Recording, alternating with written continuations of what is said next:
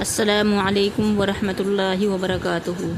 صلاۃ الحاجات کے پڑھنے کا طریقہ: 4 رکعات نماز پڑھے، سورہ فاتحہ کے بعد 100 مرتبہ لا الہ الا انت سبحانک انی کنت من الظالمین۔ دوسری رکعت میں سورہ فاتحہ کے بعد 100 مرتبہ ربی انی مسنی الضر وانت ارحم الراحمین۔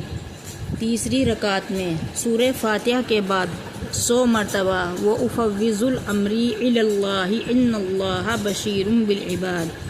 چوتھی رکعت میں سورہ فاتحہ کے بعد 100 مرتبہ حسبنا اللہ ونعم الوکیل ونعم المولا ونعم النصیر۔ اول آخر درود شریف پڑھے، نماز کے بعد سجدے میں جائے اور سجدے میں جانے کے بعد یہ دعا پڑھے ربی مغلوب فانتصر۔